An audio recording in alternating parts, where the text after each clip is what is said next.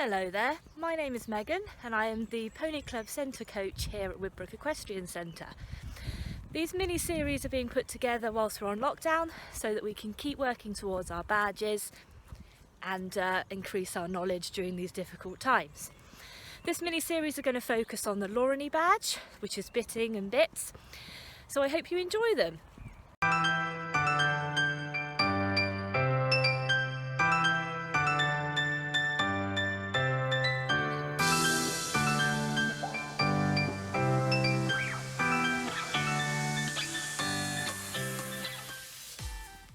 Hello Pony Clubbers.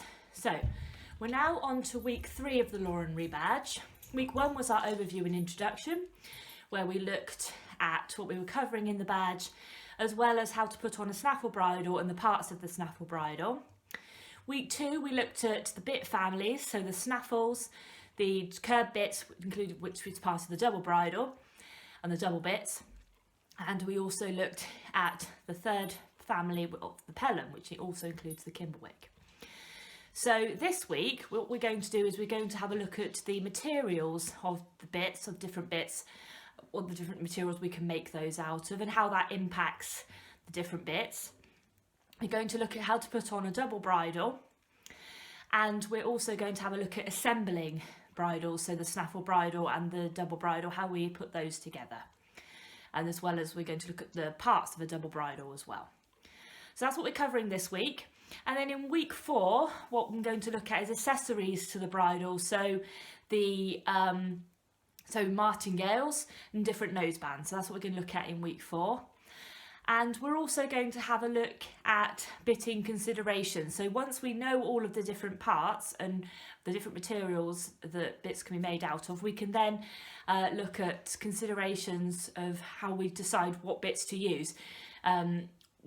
I've just thought that rather than putting that at the beginning of the sessions, when it's all very well saying, well, that's what we'd look at for a young horse, that's what we'd look at if we were having control issues, this is what we'd look at if we had a horse with a sensitive mouth. It makes a lot more sense, in my view, to look at those once we know what different bits are available and the different materials and the different thicknesses. Once we've looked at the mouth anatomy and physiology and conformation of the horse, we then are able to apply that knowledge. Whereas if we try to apply principles before we have that knowledge, in my view anyway, it makes more sense. But of course, because these are pre-recorded, you can look back at them and have a look and see and start putting those together in an order that makes logical sense to you. So that's what we're going to cover in weeks 3 and 4. So let's get on with having a look at different bit materials. So now we're going to look at the different bit materials. As you can see on the screen in front of you, we've got 4 different bits labelled A, B, C and D, and all of these are made of different materials. You can see the mouthpiece of each of these is different, even though they're very similar in terms of what bit they are. So we've got 3 egg butt snaffles there and 1 loose ring, but they're all different mouthpiece materials. So what we're going to do now is we're going to have a look at the different materials, and then we'll come back to what each of these 4 bits are. So have a think about what ones you think they are, and we'll then have a look individually at different materials bits can be made out of. So the first material we're going to look at is stainless steel. So stainless steel is what you'll come across most often. It's a good strong metal and it doesn't tend to rust. It's also the nicest tasting for the horse, and it also is a good looking metal as well. As you can see, it looks very smart. So most bits you come across will be stainless steel. What you need to be careful of though is that you don't buy a nickel bit that's got a plate over the top so that it looks like stainless steel. Make sure that it really is stainless steel, because nickel can break under pressure. I haven't got a picture of a nickel bit on here because you don't tend to find them nowadays. It used to be very common because they were cheap, but nowadays you want to make sure if you're going to go for a metal bit that you go for stainless steel or one of the other varieties that we're going to discuss. But this is your stainless steel bit, and this is very, as I say, very common. it's a safe material, very strong, and it looks good for the horses as well, and tastes good as well. If you put any stainless steel in your mouth, it tends to be what we make cutlery out of, because it has no taste. So it's a good starting point for any new horse. Just to bear in mind though, as with any bit, you want to have a look at the thickness of the mouthpiece. So if you have a horse with a smaller mouth, you may want a thinner mouthpiece, whereas if you have a horse with quite a lot of room in the mouth, you might want a thicker mouthpiece. Of course, the other thing to bear in mind is that a thicker mouthpiece can be more gentle, as the bearing pressure of the bit is spread over more area, and a smaller mouthpiece, a thinner mouthpiece, can be more severe, as it's got a smaller bearing area. But it all depends on the shape of your horse's mouth. But if, for instance, you had a horse that needed to be a bit more mindful of the bit, you may decide to have a thinner bit, even though the horse's mouth has enough room for a larger one. It really depends. And then on the other hand, you might have a horse that is quite sensitive, but you couldn't put a thick bit in their mouth because there simply isn't room. So it's worth bearing that in mind, not just with the stainless steel, but also with the other bits as well. But with stainless steel, it's much easier to find the different thickness of bits. So that's your first one, and that's going to be your most common, your stainless steel. The next material we're going to look at is aluminium. Now, as you can see, it looks very similar to the stainless steel material. Now, the way you're going to know the difference is that aluminium is very light, so you don't come across it that often. You're more likely, if you see a bit that looks like this, to find that it's made of stainless steel. Aluminium tends to be used when a light but very strong bit is needed, such as racing. So it's more often used in race horses, but that's another material that you can use. The next material we're going to consider is copper. So as you can see in the picture here, you can recognise copper by the gold colour of the metal.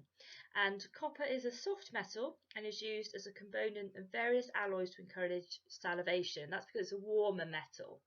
Okay, so you can either have sections of pure copper, almost pure copper, are introduced into some bits for the same reason. So the first bit that we saw had the whole mouthpiece, and this bit here has rollers in it that are made of the copper. So sometimes you'll find that it will just be parts of the bit, parts of the mouthpiece, not the whole mouthpiece that's made of copper, or sometimes it will be the whole mouthpiece. Copper doesn't taste particularly nice, so some horses will salivate more because they don't really like the taste, as opposed to it being the warmer metal. But it's something to try and see if you feel that it may help your horse. So the next material to consider is the sweet iron bit. So as you can see, the metal there has a dark appearance. That's what you're most likely to see, and that's how you're usually going to recognise sweet iron.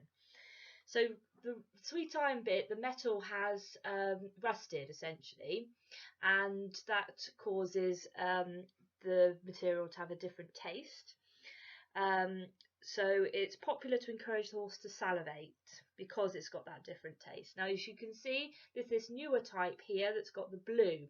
So that's becoming more fashionable at the moment. So you may see sweet iron bits with the blue instead of it being the dark rusted appearance. But for whatever reason, whatever colour rather, the reason for using the sweet iron is again to encourage the horse to salivate. The same with the copper. And again, if you try and put it in your own mouth, it doesn't taste very nice, and so that's why the horse tends to salivate with it. So that's your sweet iron. Okay, so the next material is vulcanite, which is a hardened rubber. So it's rubber hardened by heat, which gives a safe depth of covering to a conventional metal bit. So essentially, underneath that vulcanite should be metal, okay, to keep the bit together. It makes a thick, heavy mouthpiece, which can be bulky in the horse's mouth. However, it's still popular, in particular with mullen-mouthed and single-jointed pellams, and you can see it on a pellam here. So it's something to bear in mind. It's a heavy mouthpiece, and it can also be bulky. So if you have a horse with a small mouth, it may not be suitable. You can tell that it's a vulcanite if the rubber is hard and heavy, okay, so that's important to bear in mind. So compared to vulcanite, rubber is softer, okay, so you'll know it's a rubber covered mouthpiece if it's softer, not hard like the vulcanite, but they can look very similar until you touch them, okay, and it's lighter as a result. So rubber makes for a soft feeling mouthpiece, but as with vulcanite, it can be bulky in a smaller mouth. So a rubber mouthpiece is either a slim, perfectly formed bit or a steel hawser inside to strengthen construction. So this bit here, you can see there is a bit underneath the rubber, but some will just have a chain that goes from one cheek piece to the other inside the rubber, but this one you can see there is a bit underneath. It is, however, soft, so that it's very easy for a horse to chew, and thus can encourage him to have a busy mouth. So if you have a horse that you want to encourage to chew, it might be a good idea. If you have one that you want to be a bit stiller in his contact, it might not be such a good idea. One consequence of that, though, is that rubber bits are likely to become very worn over time. So even to the extent that the inner metal core can become exposed. So you must be carefully inspected before use. All bits should be carefully inspected before use, but it's just a reminder that with rubber, it can become worn over time. Once that happens, it needs to be replaced. Okay. There's also the nylon mouthpieces, which can look very similar to rubber also. Again, very light, but very strong. However, it can be inflexible in its action and therefore does not bend to the inner shape of the horse's mouth. So again, depending on what your horse likes, some prefer bits that are shaped to their mouth. Okay. So now we move on to plastic. So you can get nowadays plastic mouthpieces as well. Again, similar to rubber, they are lightweight. Sometimes they're flavoured. You can get some of these other materials that are flavoured, like an apple flavour for the horse, or they can be non-flavoured. So this here we've got a plastic mouthpiece that's got some bobbles in it. You can also get smooth plastic bits as well.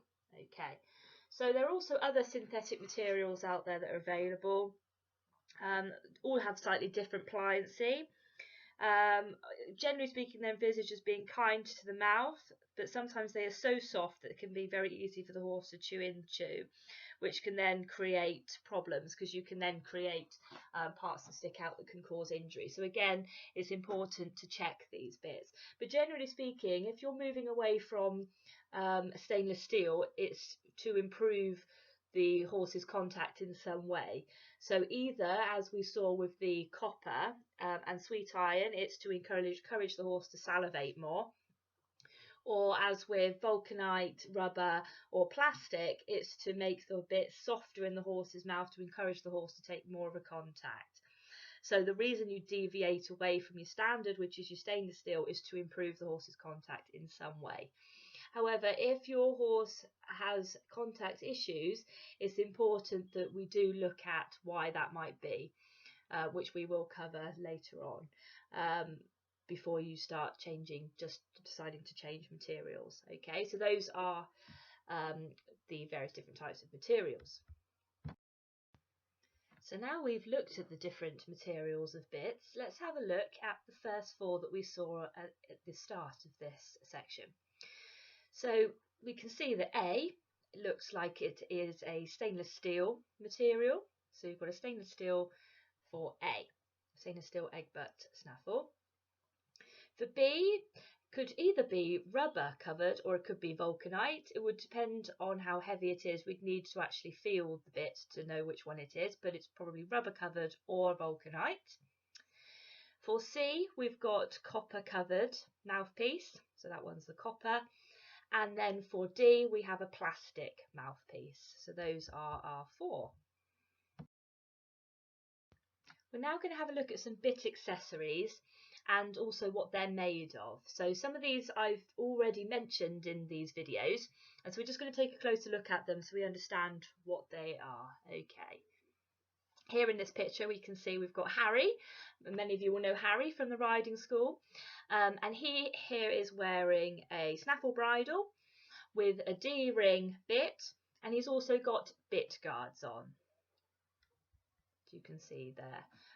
just between his mouth and the bit. So starting with bit guards then, these are what they look like before we put them on the bit of our horse.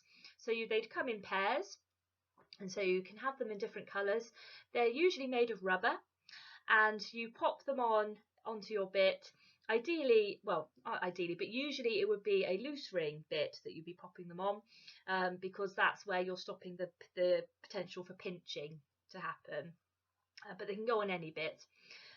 They're not dressage legal, unfortunately, so if you're doing a dressage competition, you wouldn't be able to use them. So if your horse does get pinched, you would either need to make sure the bit is slightly larger in length so that it's less likely to catch the parts of the mouth, the lips there, or you want to change to a bit that doesn't have the potential to pinch, so something that is more fixed, say an Egbert snaffle. Okay, so those are your bit guards. Here we have an image of a pelham with some pelham roundings on. These are made out of leather. As you can see, they attach the bradoon rein to the curb rein. So I know that in the pelham, that it's one mouthpiece attempting to do the job of the double bridle bit. So you've got your bradoon ring and your curb ring. And the idea of the roundings is so that you can ride in the pelham with one rein.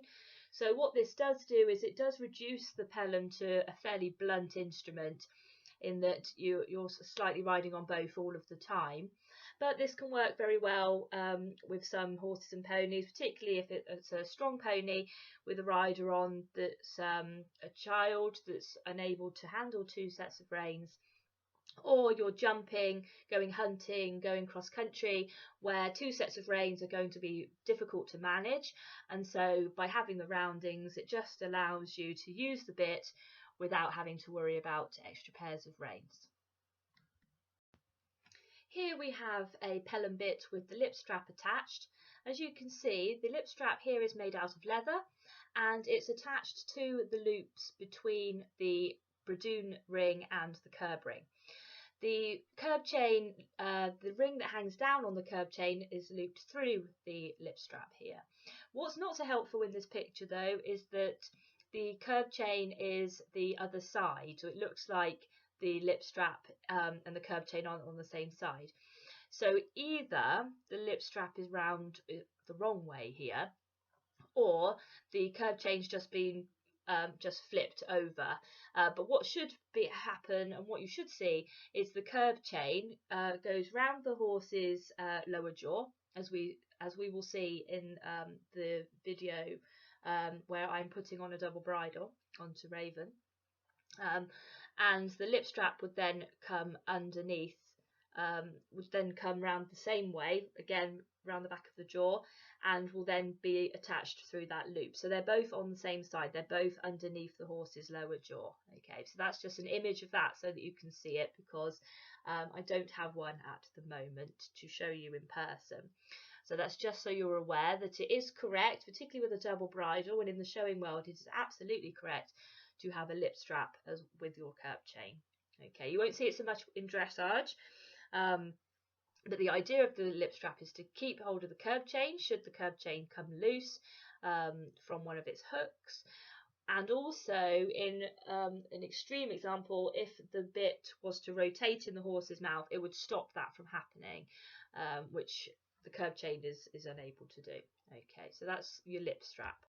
Speaking of curb chains, you can have different materials for those as well. So first up here, we have a double link chain curb chain. This is the most common type and easiest to adjust. We also have the leather curb chain. Again, the idea of using a different material is to make things more comfortable for the horse. So you would need to keep this well cleaned to make sure it stayed nice and fresh for the horse, but this is another option.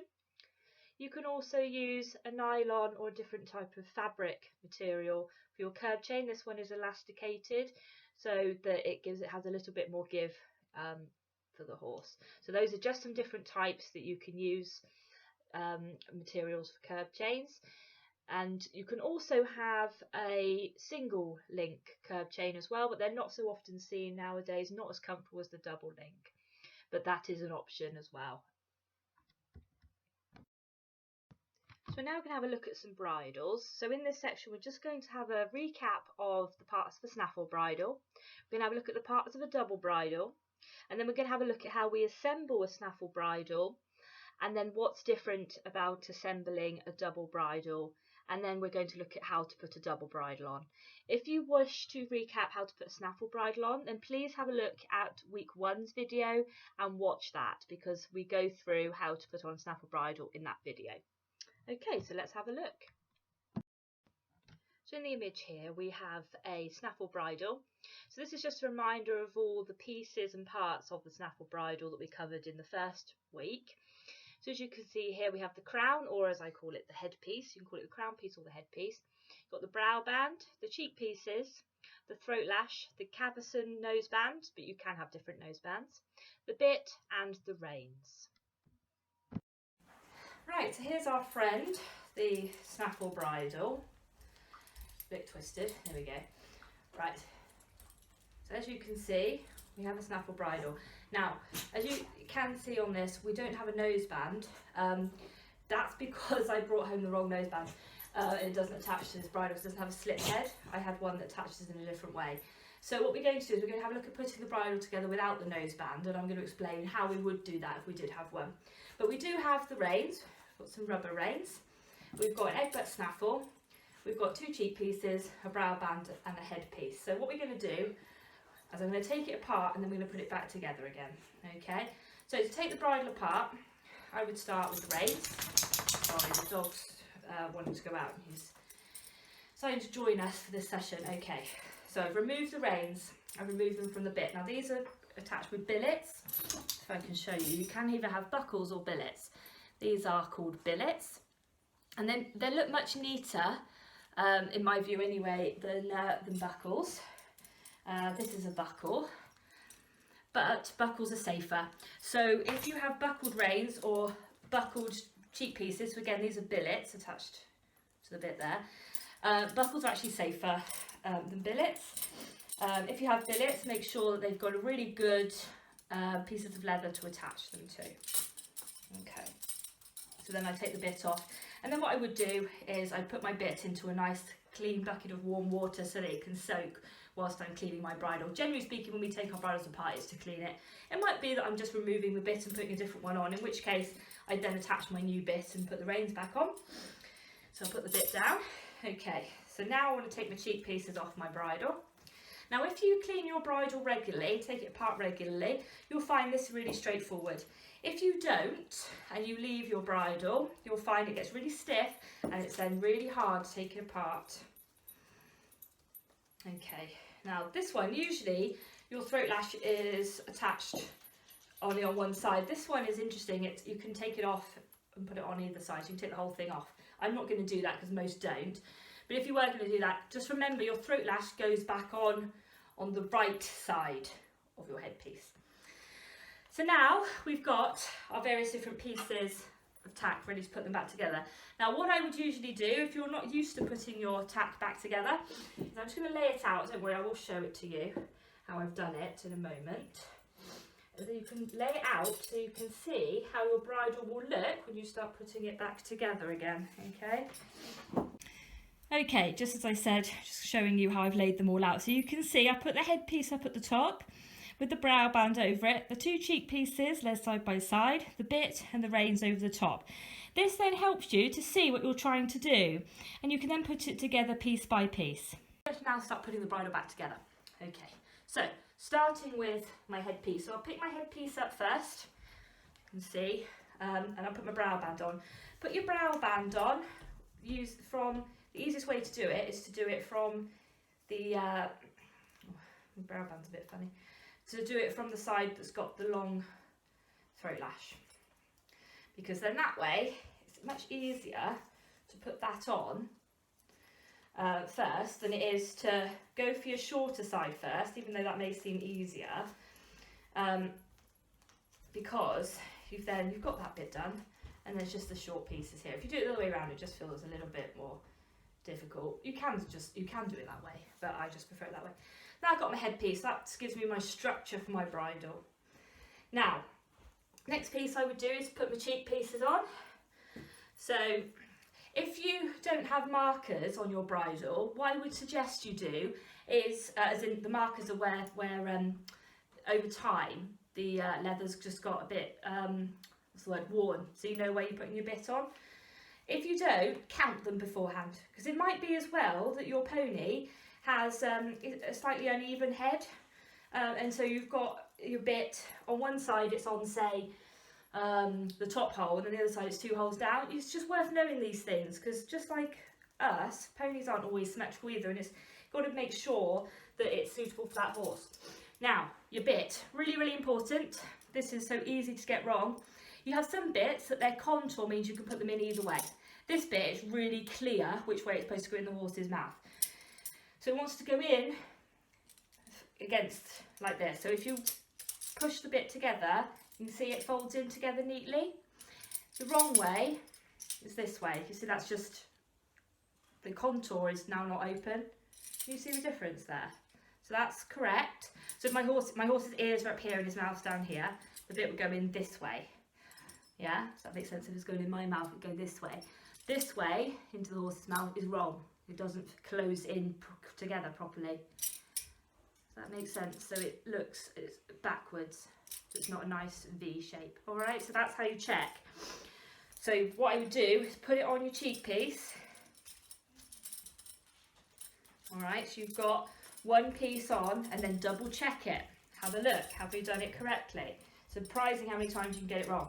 There we are. And then once you've checked that, the contour's correct, then that's how you then put your next one on. And again, double check again, because it's surprising how easy it is to get wrong. Check, will that go in correctly? Yes, it will. Fantastic. Our pony will be happy with us. Make sure it's all straight. Okay, once you've got to this bit, fairly easy from here. What I tend to do is put my reins around the back of my neck, find my first rein, pick up my bridle. If you've got a hook, like a door handle, or even better, a bridle hook, use that. But then make sure, if it's a billet rein, the strap goes in. If you have a buckle, they buckle back on themselves. So they go through this way, so they go out of the bit. Billet goes in, so put it in, get our throat lash out of the way, and then do the billet. Do the billet up, so that's all buckled up and secure. Make sure you always put all your keepers in. Right, now you want to make sure your reins are going to be straight. They're not going to be all twisted. Let's not twist our reins up. So we make sure they're all straight, and then do exactly the same the other side. Make sure we've got the billet facing in. Oh, you can still see me too far forward. You actually can't see me face, but that's all right. You're supposed to be watching the bridle anyway. And then it's on. And then just double check. Is everything smooth? Yes, all right. Now it's at this point I put my noseband on. I wait till the very end to put my noseband on. Now the way I would do that, with your noseband you'll have a slip head that goes up through the brow band here. So you see the brow band's got room for an extra slip head. So a slip head is essentially a strap, goes up through here, and then your noseband will be on that strap, and you'll then buckle that together. All right, so that's how that will work. So you'll thread your noseband up through. Sorry, you do it from the right hand side. Thread it up through, because it will do up on the left hand side. You'll secure it, and then your noseband will be on. Okay, we'll pop up a picture so you can see how that would work. But that's how you'd essentially do it. Okay, when we're back, we'll go through putting them together, and we'll have a go at putting our bridles together. So don't worry, because you need to learn this by doing anyway, but this is just to give you an idea of how you would go about putting the bridle together. All right? Now the double bridle. So essentially the same as the snaffle bridle, we just have some additional pieces.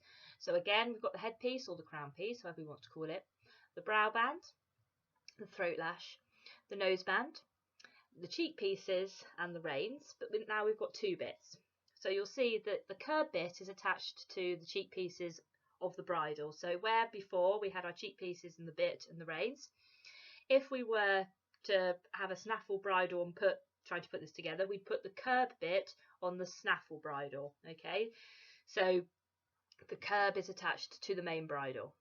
Okay, and then it's got the reins on there. Now the bradoon, or the snaffle part, is attached to a slip head. You can see that there, a bradoon slip head.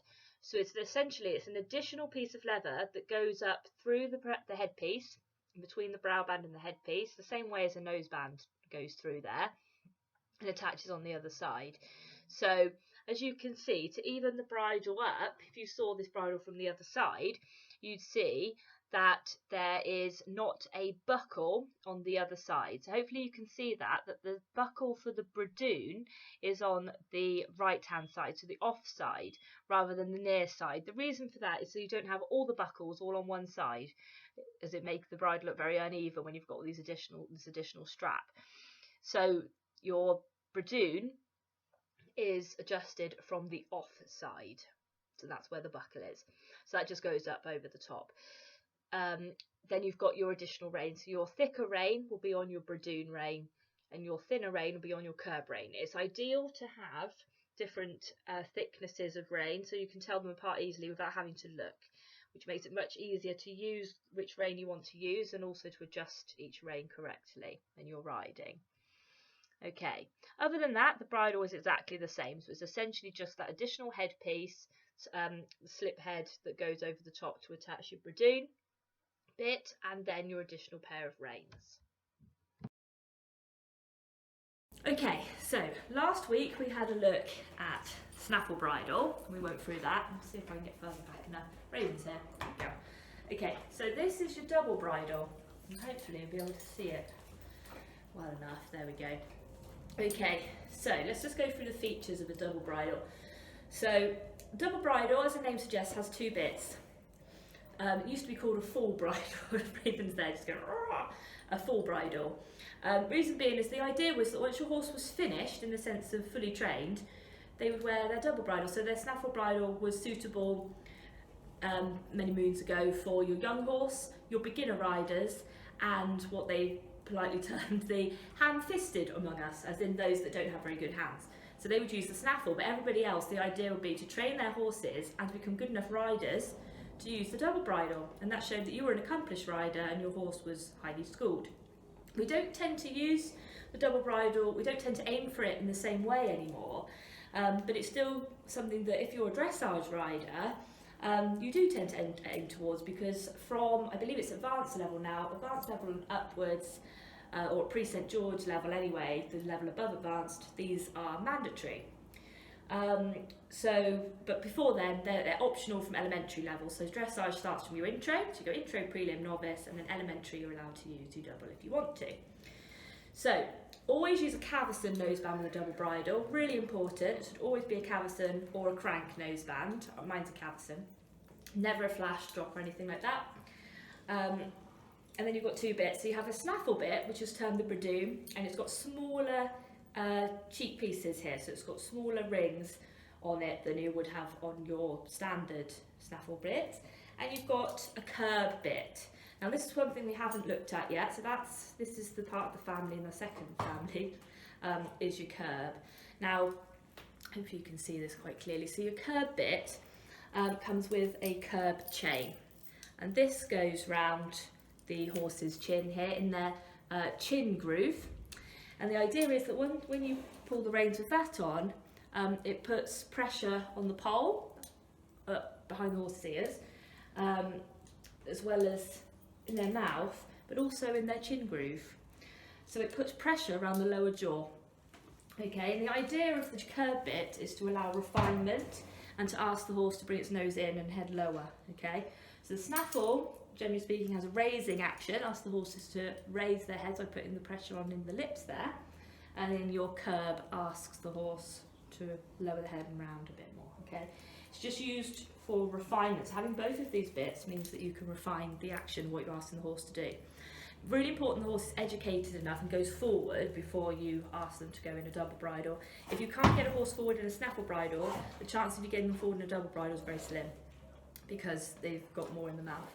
Now this curb bit here has room for the tongue. Generally speaking, they would be either a mullen mouth, which again leaves room for the tongue, a straight bar, or we'll have a port like this. So this one's got a low port to allow room for the tongue. The tongue can go up in there, and this will work hopefully on the bars of the mouth. So So we've got a loose ring bradoon here with nothing in the centre, just a single joint, and both of these are thin. Now for Raven, as we've said before, she doesn't have much room in the mouth, so we need to make sure that anything that we have is thin enough for her. Okay, so that is your double bridle. So you've got 2 sets of reins.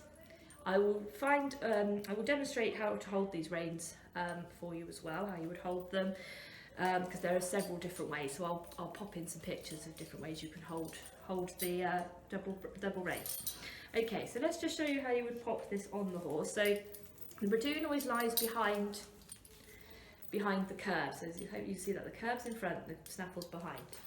But you would put it over the top to put it in the horse's mouth. It just makes it easier to pop it in for you. Okay, so we're just going to have a look at that, if Raven will let me. She's just been worked, so she's not going to be too thrilled about having the bridle put back on. So, I'm going to bleed her in. Okay, good girl. Good girl. There you go, good girl. So I put the reins over her head, same way as with the snaffle. And then the same way, just got to be nice and careful. So as I said, the curb is in front, the bradoon's in front, we just pop that in. And then once it's in, we pull the bradoon back to being behind the curb. Over the ears, very gently. Sort everything out with the pole. Okay, so she's got her bits in, alright? So, put our noseband through, always checking at the front that everything is nice and straight. Super, super important. Good, alright. So, got our Cavison noseband, you see? Right, okay. Now, you just make sure everything's straight. It's really, really important. Whatever bridle you're putting on, everything is straight. Particularly so with your double bridle. Okay, now, fitting wise, this bradoon could be, if we're being really picky, could be even a little bit wider. Generally speaking, with your bradoon, you can have them a quarter to half an inch larger than their normal bit. This is exactly the same size as her normal bit, this one, and so is the curb, alright? Can fit a little finger, my little finger between the, raise your head a little bit down, my little finger between the 2 bits there, so there's room between the 2 in there, and I check that neither is bashing on her teeth, and none's too high up, really, really important, okay, when you fit these. Then for our curb chain, you have to make sure the curb is flat, and again, you won't be able to see this on the camera because it's so far away, because of the way the camera is, but I will find close-up pictures of this for you, so you can see what I mean by it being flat. And then we just pop that on, so that it should be, so that's too loose, way too loose, isn't it, sweetheart? So you want it to be 45 degrees, that's in the horse's mouth. So when the curb comes into action, she wanted to come into action when the bit's pulled back 45 degrees, okay? That's how tight you want it to be. So this one is actually a little bit long for her, so what I would need to do to make it correct is to take the curb chain off the other side so that the ring always must hang down in the middle of the chin. I will show this as well. There's a ring on the curb chain and it must always hang down and the curb chain must always be flat. And then the idea is that it comes into play when the bit comes back 45 degrees like so. So this is too long. Oh, can't see anything up there. This curb chain is too long. Okay, we need a shorter one for this pony, but that's fine. I can shorten it the other side, or I can get a different one for her. This one is easy enough to shorten because of the chain. But yeah, so then that comes into action when it's 45 degrees. You don't want to make it looser in thinking that it's kinder to the horse, because if you do that, this then shortens much more than it would do otherwise. The other thing is as well, you don't want it tighter, because again it will come into action earlier than you want it to be. It's really important that you do get that 45 degree angle correct. Okay, excellent. All right. The other thing that mine doesn't have one, I do have one somewhere though, a lip strap should attach. There's a little, good girl, there's a little, good girl, good girl. There's a little hook here, hole here, ring here. This is for your lip strap, and it's really important if you're showing your horse. So double bridles are used nowadays predominantly for dressage and for showing. So if you're showing, is correct to have a lip strap. It's not correct turn out to not have one.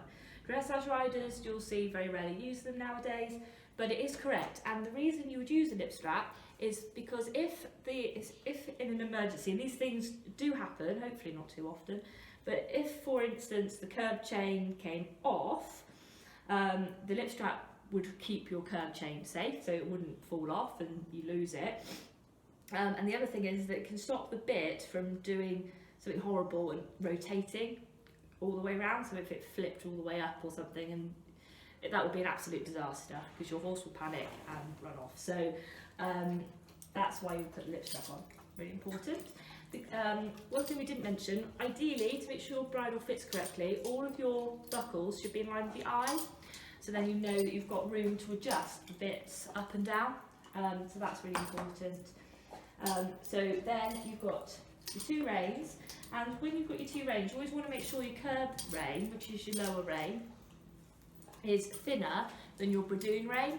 The reason for that is it makes it so much easier to find them again without looking if you drop them or have to adjust. You know which one's which. So your thick one is your bradoon, your snaffle bit, and then your curb rein is your thinner one. So you can tell the difference without looking. Really, really important. Some people will have half rubber reins on their on their bradoon rein. Mine is just plain leather. But yeah, she is only just being introduced to the double bridle. She's not ready to school in it yet. She's not forward enough and not taking good enough contact in the snaffle bridle as of yet. But I'd like her to wear it in the stable every so often, just so she gets used to the feel of having two bits in her mouth, so that when it does come time to ride in it, and to start with, we'll just hack about and literally just walk, and I won't put any pressure on the curb at all. I literally just tie it up, so she just gets used to, she just play with them. So that she can gradually get used to it over time, so it doesn't come as too much of a shock to her when in the future I ask her to school in it. But I'm hoping, sorry it sounds like a long time, but in a year, well, the idea was at the end of this year she'd be going novice, and at the end of next year she would be going elementary, but everything's kind of up in the air now, coronavirus. So we will see, but I'd still like her to start getting used to it, even if she doesn't compete in it for many years, or even ever. So it's good training, just getting used to it. So just a last little look at that before I remove it. Yeah, good. There we go. This arm on the curb, by the way, is quite long for her. We said it before about her having a short mouth.